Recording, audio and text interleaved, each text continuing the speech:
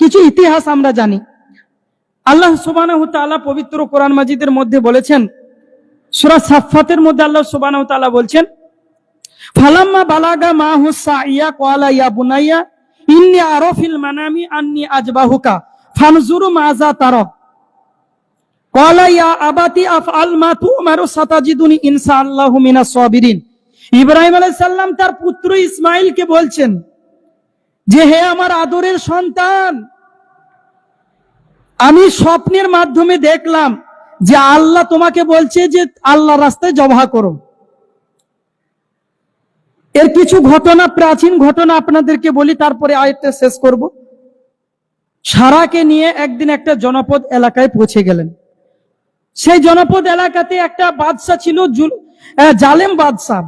সেই জালেম বাদশা খবর পেল যে একটা সুন্দরী রমণী মহিলা নিয়ে ইব্রাহিম এসেছে। তো ইব্রাহিমের কাছে লোককে পাঠানো হলো। লোকেরা এসে জিজ্ঞাসা করলো, হে ইব্রাহিম, তোমার সাথে যে আছে এ কে? তখন হযরত ইব্রাহিম বলল যে এটা হচ্ছে আমার বোন।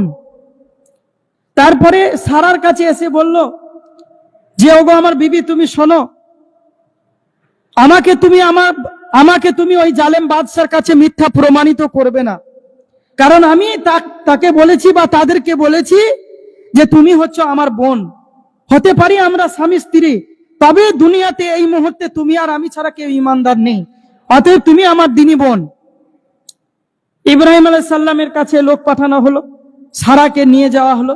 সারা যখন গেল তখন বাদশা তার দিকে অগ্রসর হলো, হাত বাড়াতে লাগলো। আল্লাহর কি কুদরত, আল্লাহর কি ক্ষমতা! এইদিকে ইব্রাহিম আলাইহিস সালাম সালাতের মধ্যে দাঁড়িয়ে গেছে, এইদিকে সারা উজু করে সালাতের মধ্যে দাঁড়িয়ে গেল। তারপর যখন সে বাদশা তার দিকে লক্ষ্য করলো, বাদশা যখন তার দিকে অগ্রসর হলো, তখন আল্লাহ সুবহানাহু ওয়া তাআলা কি করলেন? তাকে বেহুশ করে দিলেন। মাটির মধ্যে পাকে আছাড় মারতে মারতে মারছে আর বলছে, হে সারা, তুমি তোমার প্রতিপালকের কাছে দোয়া করো যাতে করে সে আমাকে পুনরায় ঠিক করে দেয়, আমি তোমার কোনো ক্ষতি করব না। সে কি করলো? এই কথা যখন বলল তখন সারা দোয়া করলো, আল্লাহ কি করলো? তাকে ঠিক করে দিল। পুনরায় আবার একই কাজ, ঠিক 3 বার একই রকম করলো। তারপর তার দারোয়ানকে ডেকে বলল, বাদশা দারোয়ানকে ডেকে বলল, তুমি আমার কাছে কোনো মানুষ আনো নেই, তুমি আমার কাছে এনেছো একজন শয়তান। এক কাজ করো, তুমি একে ইব্রাহিমের কাছে ফিরিয়ে দাও এবং এই হাজেরাকে তার গোলাম হিসেবে আমি হাদিয়া দিচ্ছি। হাজেরাকে নিয়ে গেল। ইব্রাহিম আলাইহিস সালামকে যে বললেন, হে ইব্রাহিম, জালেম বাদশাকে আল্লাহ সুবহানাহু ওয়া তাআলা আমার উপরে ক্ষতি করতে দেয়নি, আর আমাকে হাদিয়া স্বরূপ দিয়েছে হাজেরাকে। তখন হাজেরাকে নিয়ে বাড়ি চলে গেল। তারপরে কিছুদিন পর হাজেরার সঙ্গে ইব্রাহিম আলাইহিস সালামের বিবাহ হলো। ইব্রাহিম আলাইহিস সালামের বয়স তখন হচ্ছে 80 বছর, 80 থেকে 85। ইব্রাহিম আলাইহিস সালাম দিন রাত আল্লাহর কাছে দোয়া করে, রব্বি হাবলি মিনাস সলিহিন, রব্বি হাবলি মিনাস সলিহিন, রব্বি হাবলি মিনাস সলিহিন। হে আমার প্রতিপালক, তুমি আমাকে একটা নেক সন্তান দান করো। হে আমার প্রতিপালক, তুমি আমাকে একটা নেক সন্তান দান করো। আল্লাহ সুবহানাহু ওয়া তাআলা বড় ভালোবেসে ইসমাঈল আলাইহিস সালামকে হাজেরার গর্ভে দিল। যখন হাজেরার গর্ভে ইসমাঈল আলাইহিস সালাম এলেন, তারপর যখন বাচ্চা ভূমিষ্ঠ হলো, ইসমাঈল আলাইহিস সালাম যখন পৃথিবীর বুকে এলো, কিছুদিন কয়েক মাস পেরিয়েছে, আল্লাহ সুবহানাহু ওয়া তাআলা আবার একটা পরীক্ষা দিলেন। কি পরীক্ষা? হে ইব্রাহিম আলাইহিস সালাম, তুমি শোনো, হাজেরা এবং ইসমাঈলকে নিয়ে যাও, ওই যে কাবা শরীফ আছে, ওই কাবা শরীফের পিছন দিকে একটা মরুভূমি আছে, সেই মরুভূমি প্রান্তে তুমি রেখে দিয়ে আসো। মরুভূমি প্রান্তে নিয়ে চলে গেল। হাজেরা ইসমাঈলকে রেখে দিল, কিছু খেজুর আর একটা মেশোকে পানি দিল। ইব্রাহিম আলাইহিস সালাম যখন চলে আসছে, হাজেরা ডাকছে, জিজ্ঞাসা করছে, ওগো আমার প্রাণের স্বামী, তুমি কেন আমাকে ছেড়ে চলে যাচ্ছ? এখানে নাই কোনো মানুষ, নাই কোনো সাহায্যকারী, নাই কোনো খাবারের ব্যবস্থা, নাই কোনো পানির ব্যবস্থা, তুমি কেন আমাকে এখানে রেখে চলে যাচ্ছ? ইব্রাহিম আলাইহিস সালাম পিছন ফিরে তাকান না, কোনো কথার উত্তর দেয় না।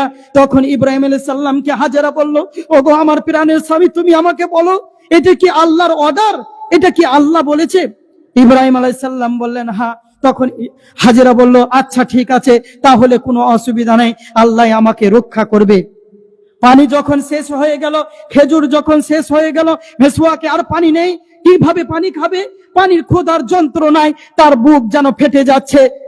ইব্রাহিম আলাইহিস সালামের পুত্র ইসমাইল আলাইহিস সালাম পায়ের আঘাত করলো, একটা নহর তৈরি হয়ে গেল, তার নাম আজকে দেওয়া হয়েছে, তার নাম হচ্ছে জমজম কূপ। আজকে হাজিরা যে এসে পানি আনে কি আনে না, দেখেননি যে হাজিরা পানি নিয়ে আসে, আমাদের জন্য এনেছি, আমরা খেয়েছি, হাজিরাও যে পান করে। তো সেই ইসমাইল আলাইহিস সালামের পায়ের ঠোকরে কি হয়েছিল, সেই জমজম কূপটা তৈরি হয়েছিল। তো যাই হোক না কেন, এই বাচ্চা যখন 6 থেকে 7 বছর 8 বছর বয়স, তখন আল্লাহ সুবহানাহু ওয়া তাআলা ইব্রাহিম আলাইহিস সালামকে আবার পরীক্ষায় ফেললেন। কি পরীক্ষা? এত সুন্দর 80 বছর 85 বছর পর একটা বাচ্চা পেল, আল্লাহ সুবহানাহু ওয়া তাআলা একটা সুন্দর ফুটফুটি বাচ্চা দিল, এত আদরের বাচ্চা দিল। সেই আদরের বাচ্চাকে আল্লাহ সুবহানাহু ওয়া তাআলা তিনি বলছেন যে তুমি আমার রাস্তায় কুরবানি দাও। আচ্ছা, পারবেন আপনার ছেলেকে আপনি আল্লাহর রাস্তায় কুরবানি করতে, জবাহ করতে? এটাই হচ্ছে পরীক্ষা, এটাই হচ্ছে তাকওয়া, এটাই হচ্ছে পরেশগারিতা। ইব্রাহিম আলাইহিস সালাম তারপরে এসে তার ইসমাইল তার ছেলেকে বলল, ফালাম্মা বালাগা মাহু সাইয়া ক্বালা ইয়া বুনাইয়া ইন্নী আরা ফিল মানামি আন্নী আযবাহুকা ফানজুর মাযা তারা। হে ইসমাইল, আমি স্বপ্নের মাধ্যমে দেখেছি বা স্বপ্নের মাধ্যমে দেখলাম আল্লাহ তোমাকে বলছে যে তোমাকে আল্লাহর রাস্তায় জবাহ করার জন্য বলছে, কুরবানি দেওয়ার জন্য বলছে। আল্লাহ সুবহানাহু ওয়া তাআলা তারপরে বলছেন যে ক্বালা ইয়া আবাতি আফআল মা তুমারু সাতাজিদুনি ইনশাআল্লাহু মিনাস সাবিরিন। ইসমাইল আলাইহিস সালাম বললেন যে হে আমার পিতা, এটা যদি আল্লাহর অর্ডার থাকে তাহলে আপনি সেই কাজ করুন, আল্লাহ যেটা করতে বলেছে ইনশাআল্লাহ আমাকে ধৈর্যশালীদের মধ্যে পাবেন। এখানে কয়েকটা জাল হাদিস বর্ণনা করা হয়েছে। যেমন দেখবেন, কেউ বলেছে ইসমাইল আলাইহিস সালামকে পিছন দিকে হাতগুলোকে মুড়িয়ে দেওয়া হয়েছিল, হাতগুলোকে বেঁধে দিয়ে উবুর করে ফেলা হয়েছিল, তারপরে তার উপরে ছুরি চালানো হয়েছিল। আল্লাহ সুবহানাহু ওয়া তাআলা কি করলো, যে যখন তাকে মাটিতে শোয়ানো হচ্ছে, ইব্রাহিম আলাইহিস সালাম শোয়াচ্ছে, তখন ইসমাইল আলাইহিস সালাম বলছে, ওগো আমার পিতা, তুমি আমার হাত দুটোকে পিছন দিকে বেঁধে দাও এবং আমাকে উবুর করে শুইয়ে দাও, যাতে করে আমার যন্ত্রণায় আমি যেন তোমার উপরে হাত পা না চালিয়ে দিই। এগুলো হচ্ছে জাল হাদিস, বানোয়াটি হাদিস, এগুলো থেকে দূরে থাকবেন। শুধুমাত্র এতটুকুই, যখন তারা বাপ বেটার মধ্যে মনোমালিন্য হয়ে গেল, যখন আল্লাহর রাস্তায় ইব্রাহিম আলাইহিস সালাম যখন তাকে কুরবানি দিতে যাবে, তখন আল্লাহ সুবহানাহু ওয়া তাআলা আকাশ থেকে আওয়াজ দিল, ইব্রাহিম আলাইহিস সালামকে বলল, ও ইব্রাহিম, তুমি স্বপ্নকে বাস্তবে রূপান্তরিত করেছো, তাই তুমি শুনে নাও, আমি সৎ কর্মকারীদেরকে এইভাবে পরীক্ষা নিয়ে থাকি, আমি সৎ কর্মকারীদেরকে এইভাবে পরীক্ষা নিয়ে থাকি। অতএব তুমি পরীক্ষায় পাস করতে পেরেছো।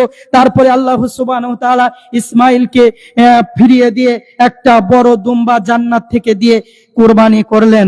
এটা হচ্ছে ইব্রাহিম আলাইহিস সালামের সুন্নাত। আমরা ইব্রাহিম আলাইহিস সালামের সুন্নাত পালন করছি। তো যাই হোক না কেন, ফাসাল্লি লিরাব্বিকা ওয়ানহার, আমাদের সালাত এবং আমাদের নামাজ হবে বিশ্বজগৎ প্রতিপালকের জন্য। ফামান কানা ইয়ারুদু লিকা রাব্বিহি ফালিয়ামাল আমালান সালিহান। ভালো করে কান করে শুনে নিন, যদি কিয়ামতের ময়দানে আল্লাহ সুবহানাহু ওয়া তাআলার কাছে তার মুখামুখি যদি হতে চান যে আল্লাহ আমাকে দেখুক, আমি আল্লাহকে দেখি, তাহলে ফামান কানা ইয়ারুদু লিকা রাব্বিহি ফালিয়ামাল আমালান সালিহান, তাহলে নিজের আমলকে ঠিক করতে হবে, সালেহ আমল করতে হবে। ওয়ালা ইউশরিকু বিইবাদাতি রাব্বিহি আহাদা, আর আল্লাহর সমকক্ষ কাউকে করলে হবে না, আল্লাহর ইবাদতে কাউকে শরীক করলে হবে না। এই জন্য আপনাকে আমি বলেছি, মাজারে সিজদা করবেন না, মাজারে যে মানত করবেন না, মাজারে যে ছাগল দিবেন না, মাজারে যে দুম্বা দিবেন না, গরু দিবেন না। আল্লাহর জন্য যে কাজই করবেন আল্লাহর জন্য করতে হবে। প্রত্যেকটি কাজ যেন আল্লাহর জন্য হয়। আজকে হারাম খাচ্ছি, হারামের টাকা, সুদের টাকা গুনছি দিন রাত, আর সেই সুদের টাকা, হারামের টাকা নিয়ে বড় তাজা একটা কুরবানি গরু কিনে এনেছি, আর লোককে দেখাচ্ছি যে দেখো আমি বড় গরু কিনে এনেছি। লোক দেখানি যদি কুরবানি হয়, কাল কিয়ামতের ময়দানে আল্লাহ সুবহানাহু ওয়া তাআলার কাছে এই কুরবানি কবুল হবে না। শুধু তাই নয়, যদি আমাদের কুরবানি লোক দেখানো হয়, সুদের টাকা হয়, হারামের টাকা হয়, তাহলে সে কুরবানি কবুল হবে না। কুরবানির জন্য হালালি উপার্জন দরকার, হালালি টাকা দরকার। আপনার যদি টাকা থাকে আর আপনি যদি কুরবানি না করেন, তাহলে জনাবি মুহাম্মদ রাসূলুল্লাহ সাল্লাল্লাহু আলাইহি সাল্লাম বলেছেন, সে যেন আমার ঈদগাহে না যায়, সে যেন আমার ঈদগাহে না যায়। টাকা থাকা সত্ত্বেও যদি কেউ কুরবানি না দেয়, তাহলে সে যেন তার, আল্লাহ নবী বলছে, সে যেন ঈদগাহে ময়দানে না পৌঁছায়। আর টাকা যদি হারামের টাকা থাকে, সুদের টাকা থাকে, বাটপাড়ির টাকা থাকে, আর সেই টাকা দিয়ে যদি কুরবানি গরু কিনে কুরবানি করে, তাহলে কুরবানি কবুল হবে না। এবার লাস্ট কালে আর একটা কথা আপনাদেরকে বলে দিই, যে একটা গরুতে 7 ভাগে কুরবানি হবে কি হবে না? আলেম ওলামাদের মত, মুফাসসির কেরামদের মত, যে একটা গরুতে 7 ভাগে কুরবানি হবে। 7টা পরিবার হলে 7 ভাগে কুরবানি হবে। তবে ছাগল, ভেড়া এগুলোতে ভাগে কুরবানি হবে না, ঠিক আছে?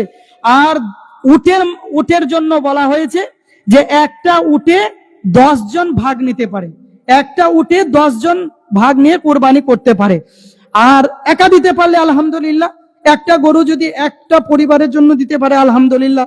ছাগল দেন একটা পরিবারের জন্য একটা, আলহামদুলিল্লাহ।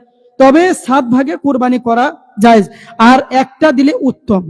আল্লাহ আমাদের সকলকে বোঝার এবং মানা তৌফিক দান করুক।